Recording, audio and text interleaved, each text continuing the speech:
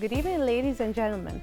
Once again to a brand new episode of your favorite talk show, Bahrain Now, with Manal Marhoon, as we bring you the country's latest trends this Ramadan. Stay tuned, we'll be right back.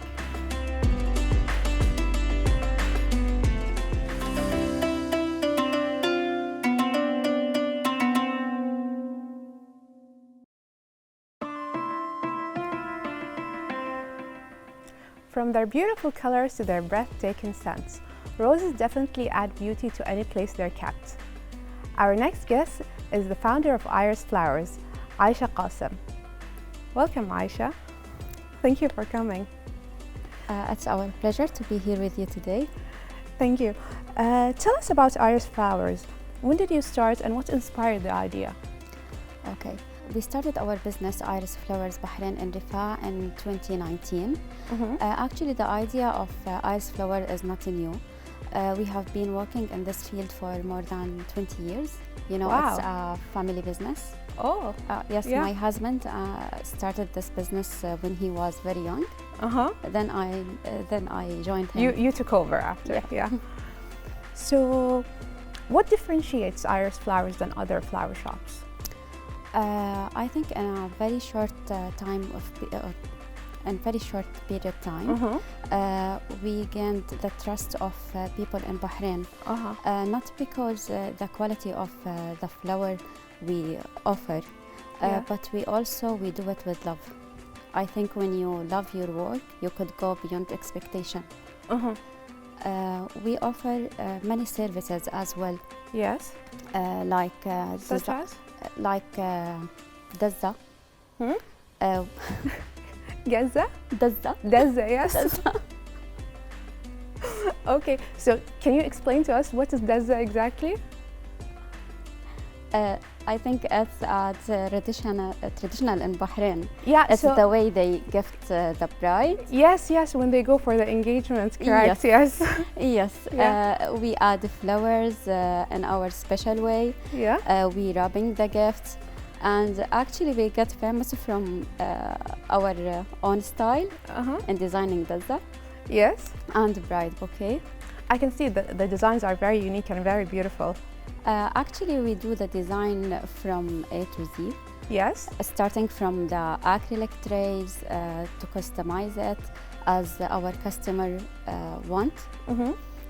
It's very important to us to satisfy. To make it unique. To make it unique. To make it unique, yeah. You also have your own chocolate line, correct? Yes. What are the flavors that you have for Ramadan? We have many flavors like za'afaran, broken nuts, Yum. dates. Yeah, my favorite dates, yeah. Yes. And what else you have prepared for Ramadan and Eid? Okay. We prepare a chocolate tray with Arabic calligraphy. We designed with Arabic Very nice. calligraphy because, you know, we are Arab and we like. Yeah, and it represents the soul of Ramadan, we can say, Yes. yeah. We have this tray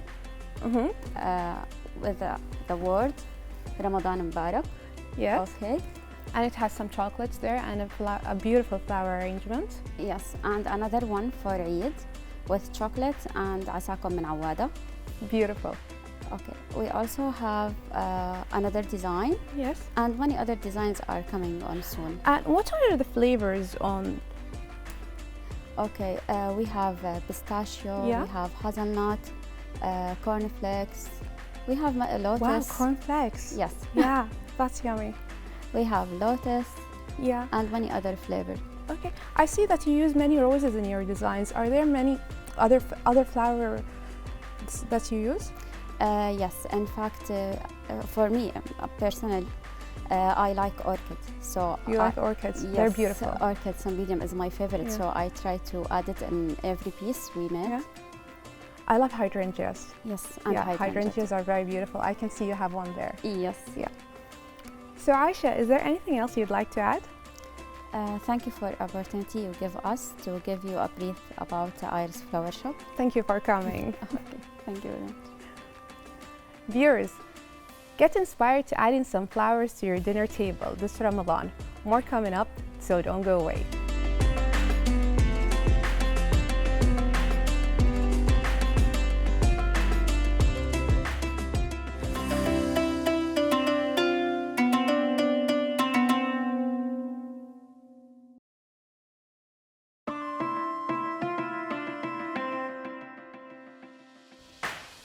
The most powerful person in the world is a storyteller.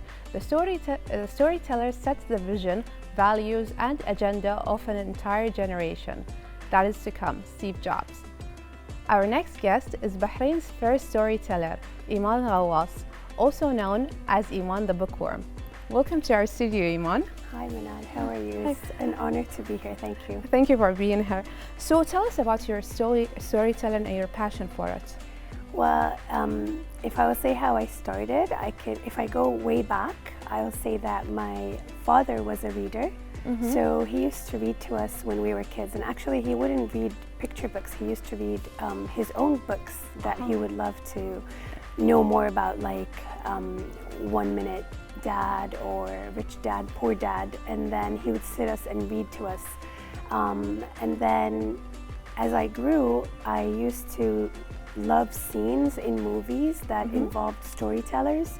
So whether it's a man or a woman who's in a public library reading to kids, I always used to love that scene. I sort of forgot about it, grew up, studied, got married, and I studied abroad with my husband, and I remember always saying, look, we should have this in Bahrain, you know, storytelling in public libraries. It always happens there all the time. And forgot about that, came back. I graduated with an English literature degree. I had a 4/4 GPA, so everyone was expecting Wow. That, everyone was expecting that the thing you do right away is work. Yeah. And I did try that. I worked as a teacher, but I couldn't find myself in working. You didn't have the passion for it? I didn't have the passion for being a teacher, although I loved kids. And I always wanted to take care of my own children. So when I had my firstborn, I decided to stay at home, and everyone was shocked. And I was like, okay, I want to do this. I want to take care of my own kids. But then I got bored. Of course. And I felt like everyone around me was achieving, and they were working, and they were getting things done. And I was, okay, doing that at home with my son, but I wanted to do more. By the time I had my daughter, Selma, I remember I was sitting in front of the laptop and I was searching for work from home. I kept Googling it, coming from the States, thinking this would be a normal thing to find in Bahrain. And I wrote work from home, and I didn't find a job or a work from home position, but what I found was an ad for a nursery, a preschool that had after school activities. So when I looked into it, I was like, okay, I can sign my son into this. He was 4 at the time. And they had football, they had cooking, they had so many things, but they didn't have reading. Yes. And that's when the light bulb moment hit, you know, like, oh, I love reading. I love books, I love children, and my native language is Arabic. I'm good at English, I studied it. So it's like everything clicked.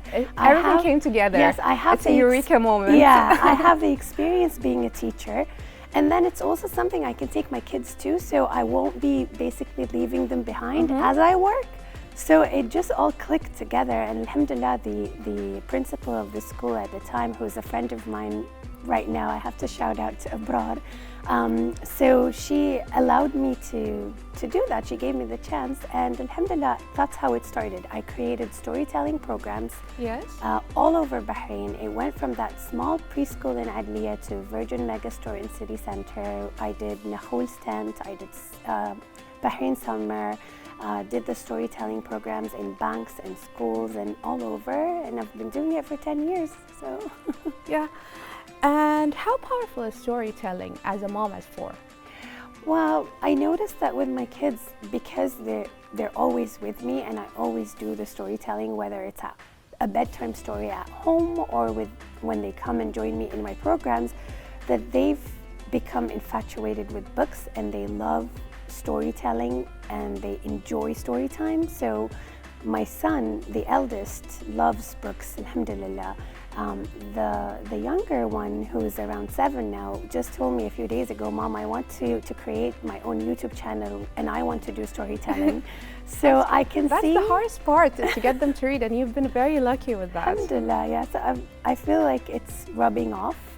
They do get, and this is advice to most parents, they do get times where they're on and off and they want to be cool and pretend that they don't like reading.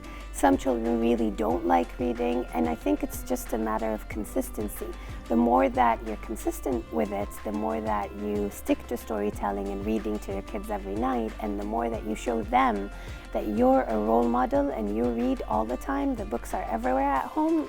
And to find what kind of books they'd like to read, to Exactly. show them many options. Yes. That not all books are boring. Exactly. Yes. And even if it's Frozen or Spider-Man or whatever, it's okay, start with that. Don't aim for the book has to be educational and it has to be, you know, very valuable. Exactly. It's fine. It can be fun. Yeah, and they can still learn values even from books like that. Yes, oh, that's what I tell everyone. Books are sometimes like movies. Yes. You know, when you read them, you travel to a different place. Exactly. So we have here, you have a collaboration with a chocolate company that you have. Can you tell us more about that? Yes, sure. This is a collaboration that happened pretty quickly, actually. It's with Crayolet. They're very well known in Bahrain, mashallah. Their chocolate is really good. So they planned on this box, which is a calendar. So it's actually an edible calendar. Yeah. You've got it from day 1 until day 30, and on each piece of chocolate there's a value or a lesson for the child to learn. And interesting. Yeah, and the chocolates are flavored with Nutella or Lotus or Oreo, things that the kids would love. And how did I come into it? It's basically that the managing director, Mr. Hazem Janahi, sent me a message. This was just last Thursday. And wow. Yeah, he sent me a message saying, we want you to collaborate with us. It was going to be a marketing sort of scheme. And I was supposed to just say, okay, yes, they'll put my logo on the box and that's it. I'll market for it. People love storytelling. They follow my account. They'll know about it. They'll know about the values. But as a storyteller, I felt like I want to add something else. So I gave him the idea and I said, why don't we add a story with every value that's on the chocolate? And how do you add storytelling to chocolate? So I came up with an idea, and I'm so glad that he liked it, alhamdulillah. Basically, behind each chocolate, there's a scan code. So when people scan the code, it takes them to a YouTube channel. Wow. And that YouTube channel will be private just for the people who buy the box. And then they get to listen to the story that's being told by me. Interesting. Yeah. How interesting. So alhamdulillah, the book we used is Ayat wa Rasamat, and it's a book about verses in the Quran and a story, a short story that comes along with that verse. So I tried to find the stories of the verses that are related to Ramadan. This is what I was about to ask you. Are the stories related to Ramadan? Yes, yes, they are. And that's such a cool idea. Thank you. And the authors of the book are from Al Buraq Publication House, so I have to thank them as well because they allowed me to use the book. Perfect. So what are your future plans? Well, alhamdulillah, actually just very recently, just now, I have a bookshop as well. It's called the Bookworms Shop. It's on Insta. It's a virtual bookshop where I sell books, Arabic mainly, from different suppliers that I handpick and I choose, and it's very those popular. Books are for children? Yes, they're children's books, and sometimes parenting as well when I can find something that interests my followers. But what I've done recently is I've come up with my first product, and I actually just introduced it. It's a magnetic pin for bookworms like me. So if you're a bookworm who likes I'm books a bookworm. and stories. I don't look like it, but I'm a bookworm.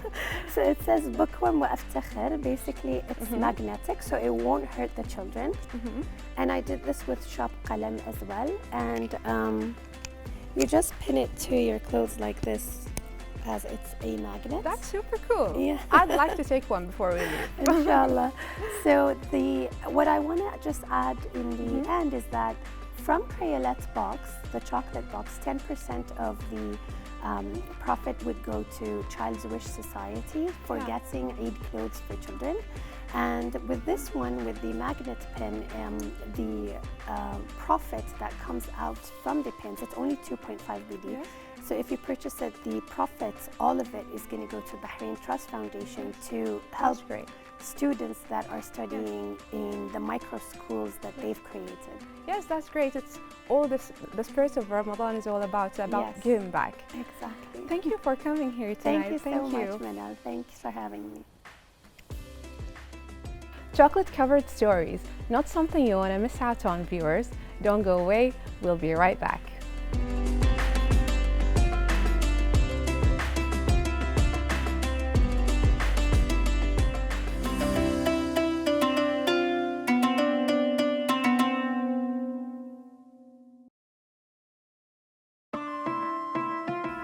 Viewers, we have reached the end of tonight's episode. Don't forget to join us the same time tomorrow, right here. You can also catch up with us through our social accounts shown below. Good night and God bless.